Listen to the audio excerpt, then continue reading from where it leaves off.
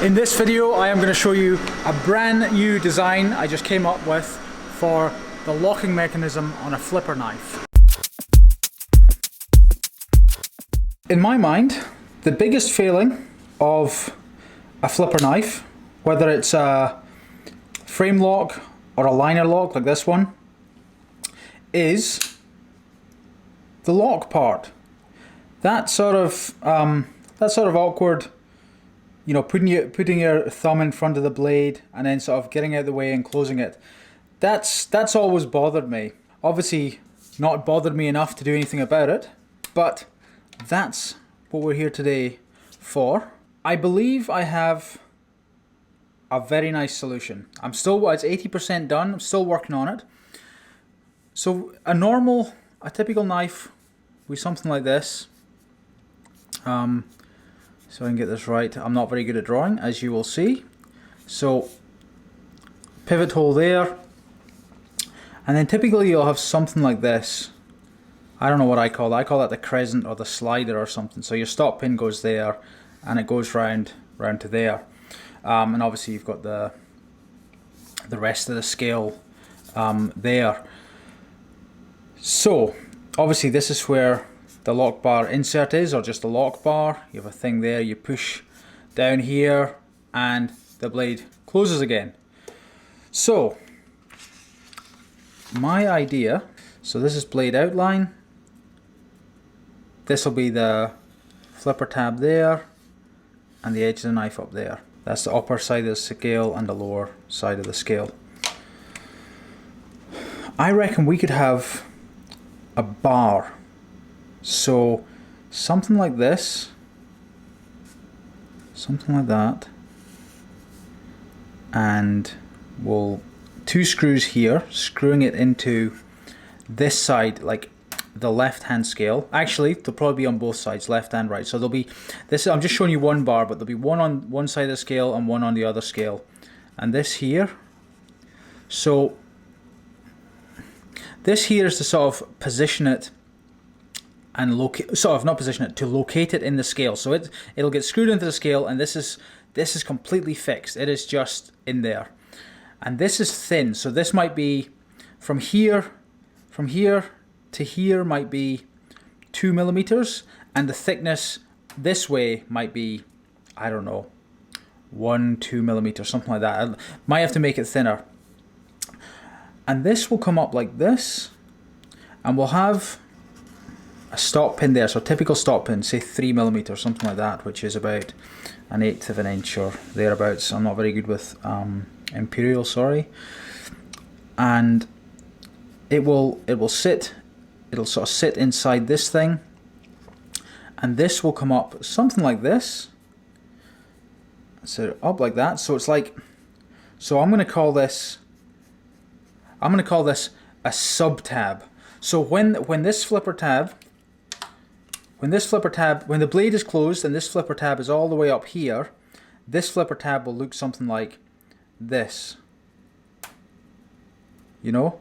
And again, you know, you flick it open like that, you push your finger on it, and the blade flicks open.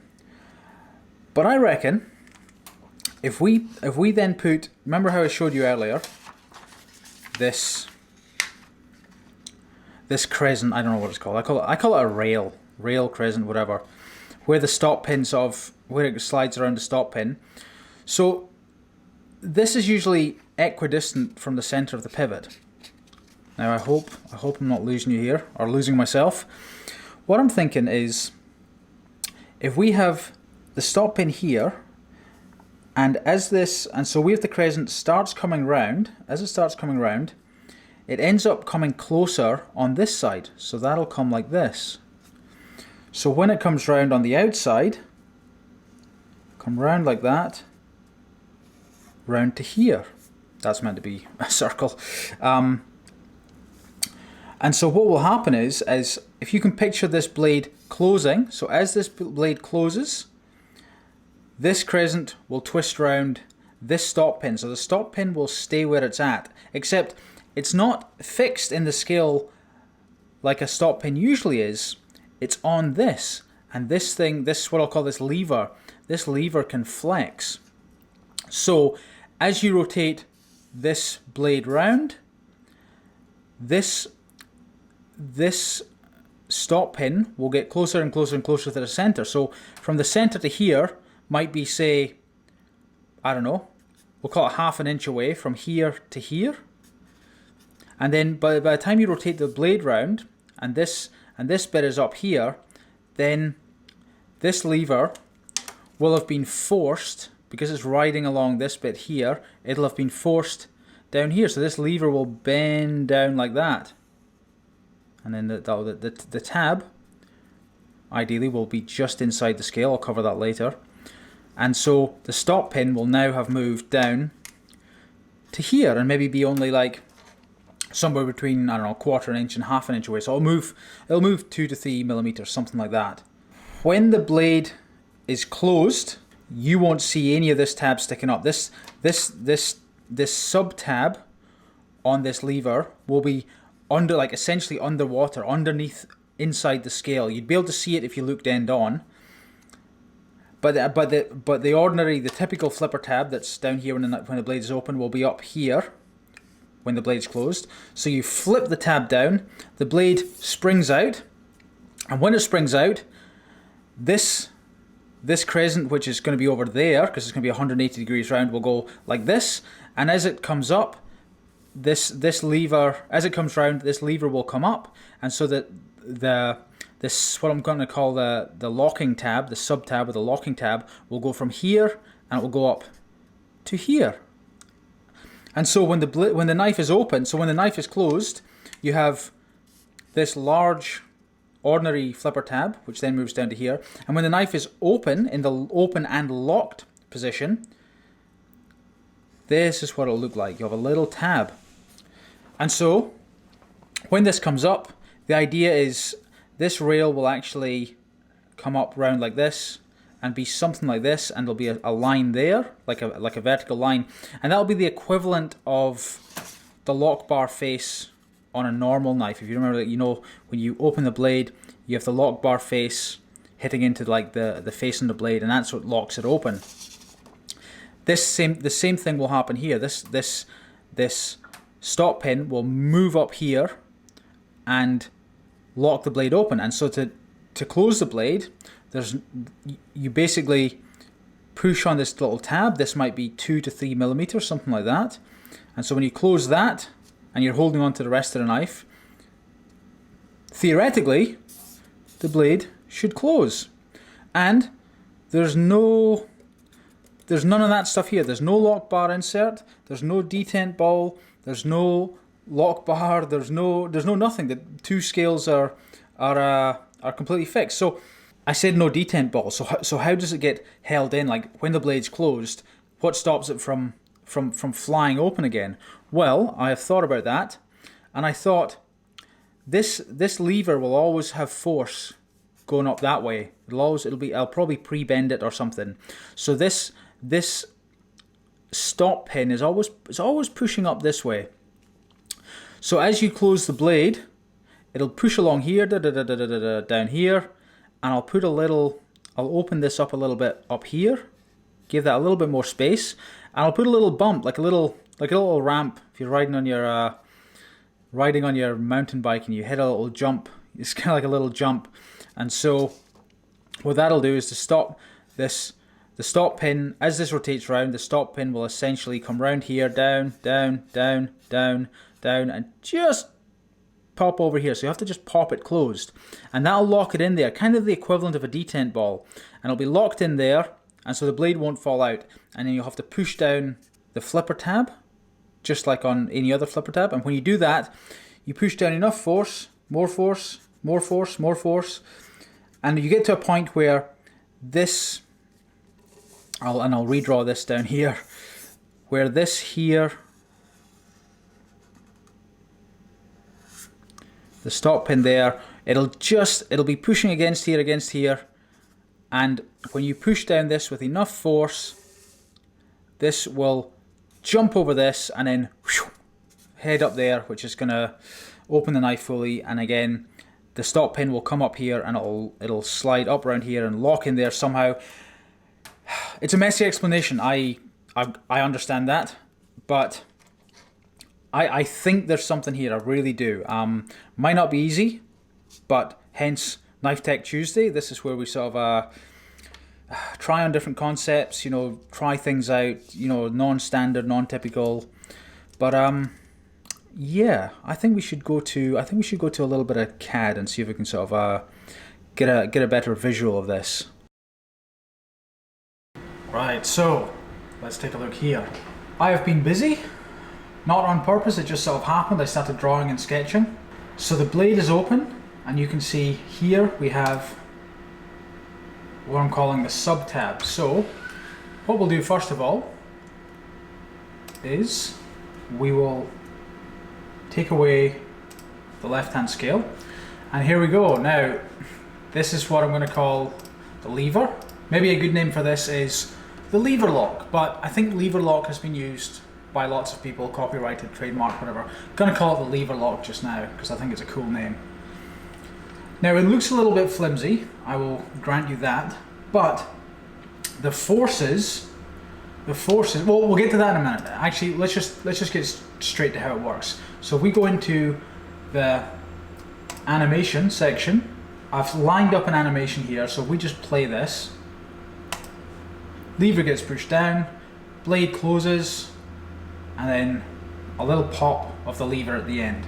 So let's go back to the beginning again. So lever gets pushed down.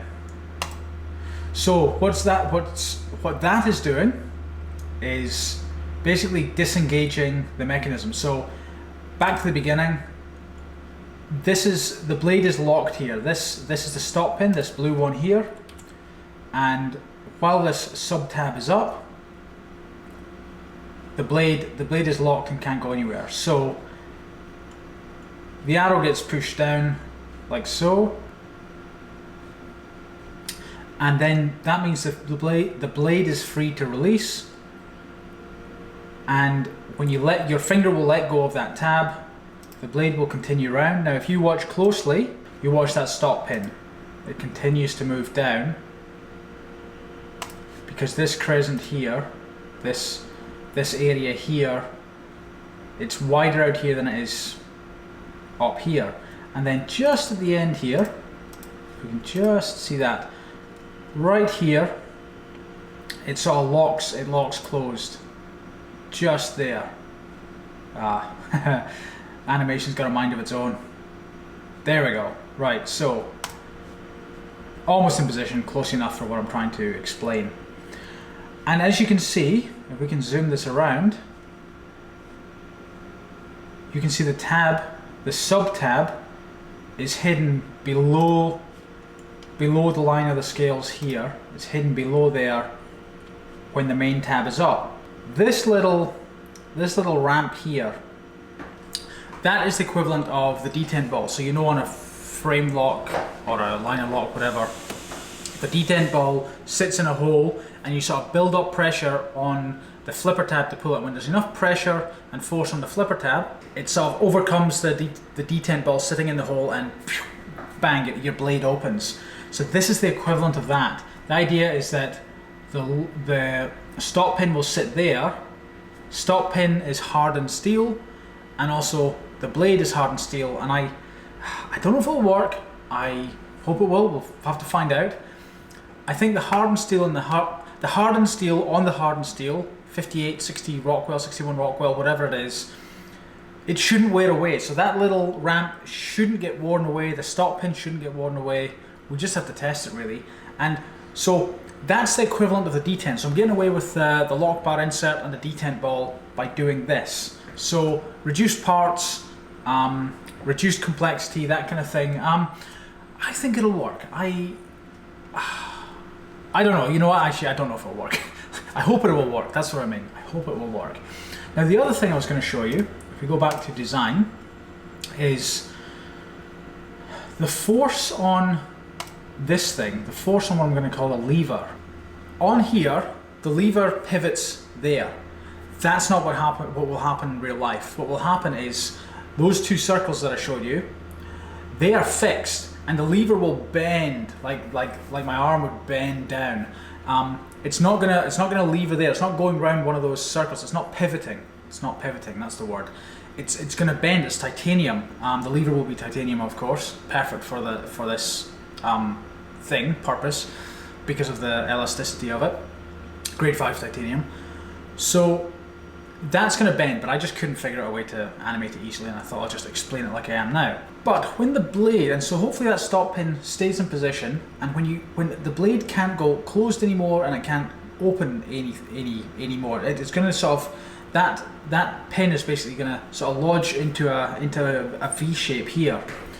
So if you look on here, if I do move and click that, the force, as you try to open and close the blade, or as the blade tries to get, it's the only way it can go. It can either open more or close more. When it's sort of in the open position, the force on here will be longitudinal. So it should theoretically only get force that way or that way as the blade tries to pivot. And because of that, this little lever, even though it looks really skinny on here, it should actually be pretty strong, because I mean that little lever, I mean if I hung that from the roof and I tried to hang on it, definitely hold me, and I could do with losing some weight, and it could hold me. It probably could hold hundreds of kilos, I'm guessing. Like the longitudinal stress of that little bit of titanium, I'm guessing, 1.5 2 mil square, something like that. Might even have to get it ground down. It's unbelievably strong, and I don't think it'll flex, but that's another thing we've got to figure out. When the blade is in the open position, this little sub tab, obviously I've got to figure out this little part in here, but this little sub tab will be up like that, and so that's what the knife's going to look like when it's open. You're going to have a little tab there. Now that could be an issue when using the knife. So if that's the scale of the knife, pivot there. Although I showed you having a little sub tab coming up there when the blade is open, I'm thinking instead of that, let's take this as the right hand scale. Okay, pivot, blade, flipper tab, knife's in the open position. So what we could do is, and I say the right hand side because the right hand side, usually that's where the lock bar is, and lock bar insert, all that sort of stuff, the lever, and so it's usually a bit messier, and it's a sort of the noisy side of the knife. And usually you've got the pocket clip on that side, so it leaves the left hand side to be nice and clean. So what you could do is, depending on the design of the knife, you could either have a crescent shape, something like that, or you could have a tight square or something. But on this particular design here, you could have a little lever area, a little ramp down, could come along and come up again, and just flush with the top you could have your lever. So that would be the lever there. So it doesn't stick up above the top of the knife. It just sort of stays under. So that would look a lot smarter. And again, I thought you'd have to have it on both sides, but I think you can get away with it on one side. I think. And that is it for the very first episode of Knife Tech Tuesday. Noisy machines we have here, my God. Right. And that is it for the very first episode of Knife Tech Tuesday. You subscribe below, I will make more videos, and that is the deal.